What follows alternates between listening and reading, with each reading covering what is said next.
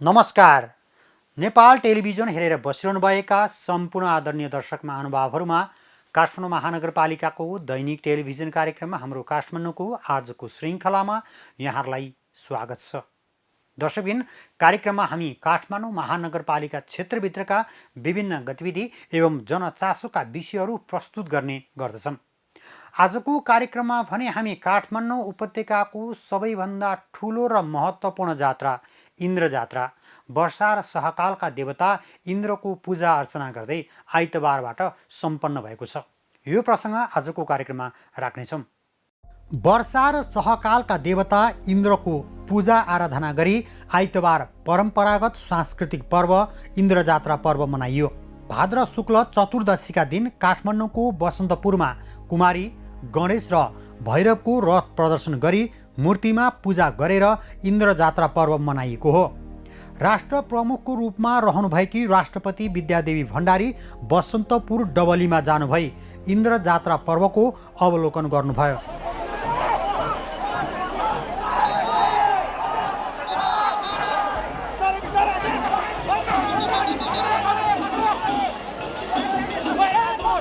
त्यसैगरी प्रधानमन्त्री शेरबहादुर देउवा, प्रधान न्यायाधीश चोलेन्द्र शमशेर राणा, सरकारका मन्त्रीहरू सहितले पर्वको अवलोकन गर्नुभयो। त्यस्तै काठमाडौँ महानगरपालिकाका जनप्रतिनिधिहरू, नेपाल सरकारका अधिकारीहरू, कूटनीतिक नियोगका प्रमुख लगायतका विशिष्ट व्यक्तिहरूले इन्द्र जात्राको पर्व अवलोकन गर्नुभएको थियो। इन्द्र जात्राका दिन राष्ट्र प्रमुखबाट हनुमान ढोकामा जीवित देवीका रूपमा रहेकी कुमारी, गणेश र भैरवको रथ यात्रा दर्शन गर्ने परम्परा छ। कोभिड-19 सङ्क्रमणका कारण गत वर्षको इन्द्र जात्रा पर्व औपचारिक रूपमा मात्रै मनाइएको थियो। त्यस्तै यस वर्ष पनि सङ्क्रमणको जोखिम कायमै रहेकाले स्वास्थ्य सतर्कताको पालना गर्दै यो पर्व मनाइएको हो।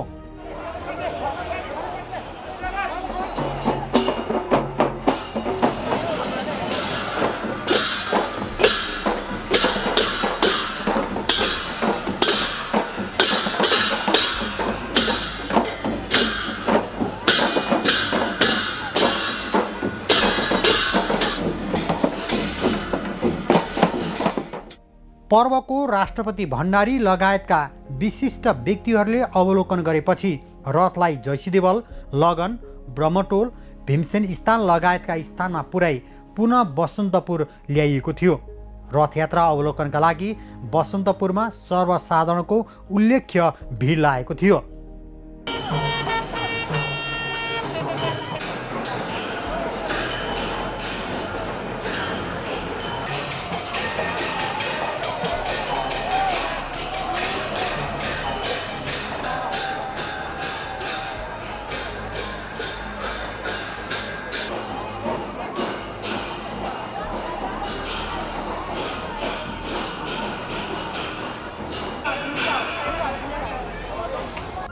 इन्द्र जात्रामा गरिने श्री कुमारीको रथयात्रा सुरक्षालाई मध्यनजर गर्दै आइतबार दिउँसैबाट सुरु गरिएको थियो।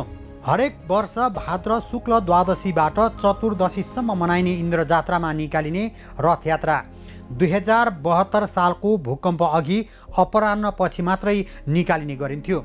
त्यस यता मध्याह्नपछि सुरु गरी साँझसम्ममा रथ तानेर अन्य विधि तथा परम्परालाई पनि दिउँसो नै समापन गर्ने गरिएको छ।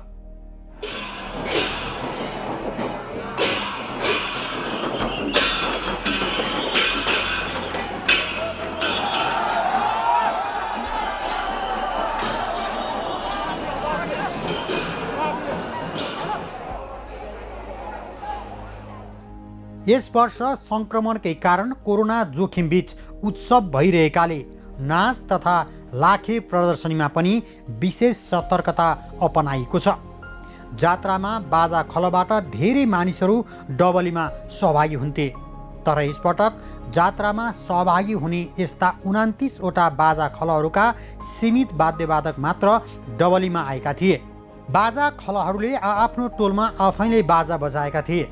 त्यस्तै रथ यात्राका क्रममा भिड कम होस् भनेर कुमारी, गणेश र भैरवको रथ केही समयको फरकमा गुडाइएको थियो।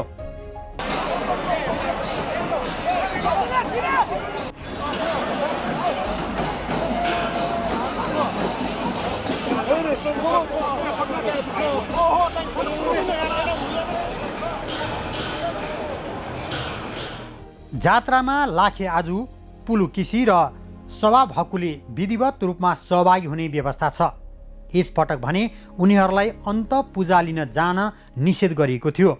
पूजाका लागि सम्बन्धित गुठी घरमै त्यसको व्यवस्था मिलाइएको थियो। इन्द्र जात्रा पर्वको सुरक्षित सञ्चालनका लागि काठमाडौँ महानगरपालिकाले जात्रा व्यवस्थापनमा सहभागी हुनेहरूलाई कोभिड-19 विरुद्धको खोप समेत दिएको थियो। इन्द्र जात्रामा सक्रिय सहभागिता जनाउनेहरूलाई महानगरपालिकाको शहरी स्वास्थ्य विभागको नेतृत्वमा कोभिड-19 विरुद्धको चाइनिज खोप भेरोसेलको पहिलो मात्रा दिएको थियो। सो क्रममा जात्रा र यससँग सम्बन्धित गुठीका करिब 300 जनालाई कोरोना खोप पनि लगाइएको थियो। जात्राका लागि विगतका वर्षहरूमा झैँ यस वर्ष पनि भक्तपुरको चित्तपोलबाट लिङ्गो ल्याइएको थियो। यसका लागि भदौ 23 गते बुधबार बिहान 10 बजेर 52 मिनटको साइतमा वन यात्रा सुरु गरी त्यसै दिन बेलुका 7 बजेर 27 मिनटमा इन्द्रध्वजका रूपमा गाडिने लिङ्गोका लागि रुख काटिएको थियो। सो रुखलाई भदौ 29 गते बिहान 10 बजेर 34 मिनटमा भोटाहिटीबाट नगर प्रवेश गराइएको थियो। विधिवत रूपमा प्रवेश गराइएको सो लिङ्गोलाई गत शनिबार बिहान 6 बजेर 51 मिनटको साइतमा मानन्दर समुदायका मानिसहरूको सक्रियतामा नेपाली सेना लगायतका अन्य श्रद्धालुहरूको सहयोगमा ठड्याइएको थियो। इन्द्रध्वज उत्थानसँगै जात्राको औपचारिक सुरुवात भने गत शनिबारबाट नै भएको थियो। लिङ्गोलाई बसन्तपुर दरबार क्षेत्र स्थित हनुमान ढोकामा अवस्थित काल भैरवको मूर्ति अगाडि ठड्याइन्छ। धार्मिक र सांस्कृतिक विधिविधान सहित यसरी पारिएको तथा उत्थान गरिएको लिङ्गोमा विभिन्न चिन्ह अङ्कित ध्वजा पतङ्गहरू सजाइएर राखिएको हुन्छ। लिङ्गोको फेदमा सुनको जल पोतिएको इन्द्र विराजमान हात्तीको प्रतिमा राखेर पूजा अर्चना गर्ने गरिन्छ। इन्द्र जात्रामा इन्द्र ध्वजा उत्थान गर्ने परम्परा तत्कालीन राजा प्रताप सिंह शाहले चलाएको इतिहासमा उल्लेख छ। जात्राका लागि नियमित वर्ष झैँ यस वर्ष कुमारी घरबाट कुमारी निकालिएको थियो। सो दिन कुमारीलाई तल्लो टोलमा यात्रा गराइएको थियो। त्यस्तै असो 4 गते माथिल्लो टोलमा यात्रा गराइएको छ।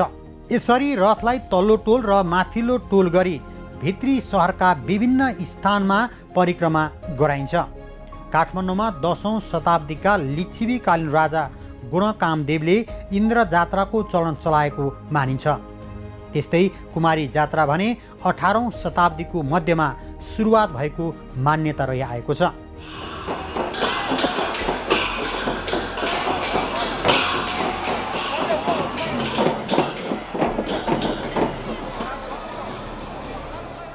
भाद्र शुक्ल द्वादशीका दिनबाट प्रारम्भ हुने जात्रामा लाखे, पुलुकिसी, दशअवतार, हलचोक भैरव, महाकाली लगायत विभिन्न प्रकारका नाच, श्रीकुमारी, गणेश र भैरवको रथ यात्रा सञ्चालन गरिन्छ। यस बीचमा उपाकु पर्व मनाउनका साथै देवी देवताको पूजाआजा पनि गरिन्छ।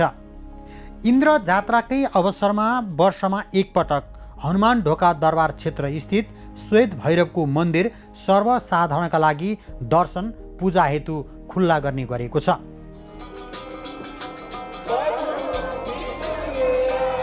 सनातन र पुरातात्विक महत्त्वमा समेत इन्द्र जात्राको व्याख्या गरेको पाइन्छ।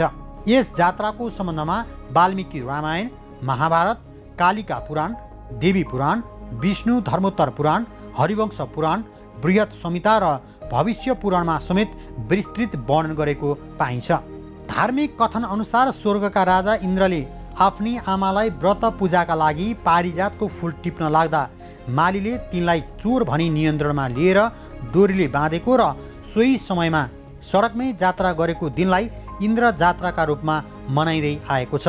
त्यस दिन बन्धनबाट मुक्त गराउन इन्द्रकी आमा स्वयं काठमाडौँ उपत्यकामा प्रकट भई छोराको बदलामा कुहिरो दिने बाचा गरी इन्द्रलाई फर्काएर लगेको र कुहिरोका कारण धानबाली समयमै पाक्न थालेको भन्ने जनविश्वास रहेको छ।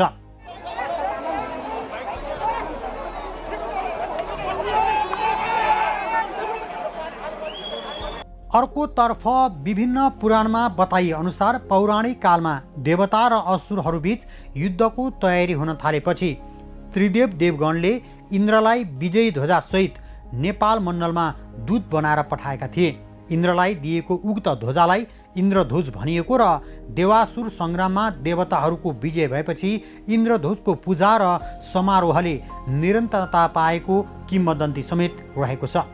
त्यही भएर राज्यमा सुख समृद्धि वृद्धि गर्न इन्द्रध्वज स्थापना गरी पूजा गर्ने परम्परा बसेको हो।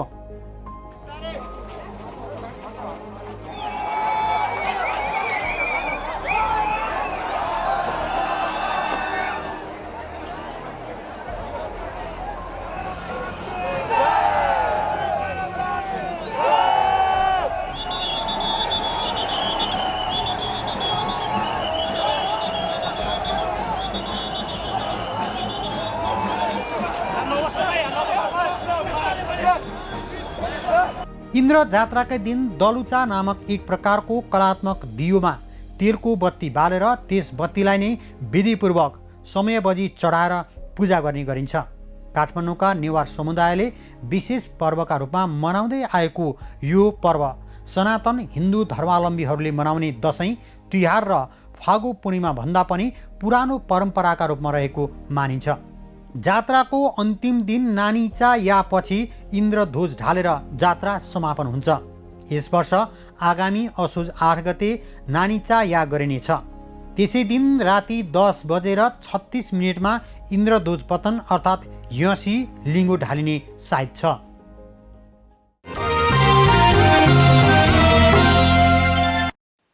दर्शकबिन यो वर्षको इन्द्र जात्रा कोभिड-19 का कारणले स्वास्थ्य मापदण्डलाई समेत परिपालना गर्दै सम्पन्न भएको छ।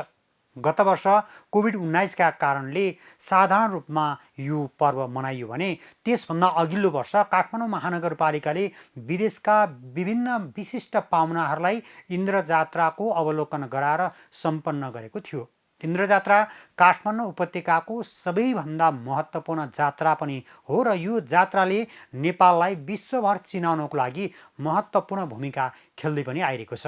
आजको कार्यक्रममा हामीले इन्द्र जात्रा पर्व र यसको विशेषता, यसको महत्त्वका बारेमा जानकारी गराउने प्रयास गर्यौँ। आजको कार्यक्रमको निर्धारित समय सकिएको छ। भोलि पनि नयाँ विषय र प्रसङ्ग लिएर आउने नै छौँ। तबसम्मका लागि सम्पूर्ण टिमसहित म वैकुण्ठ भण्डारी बिदा चाहन्छु। नेपाल टेलिभिजन हेर्दै गर्नुहोला। नमस्कार।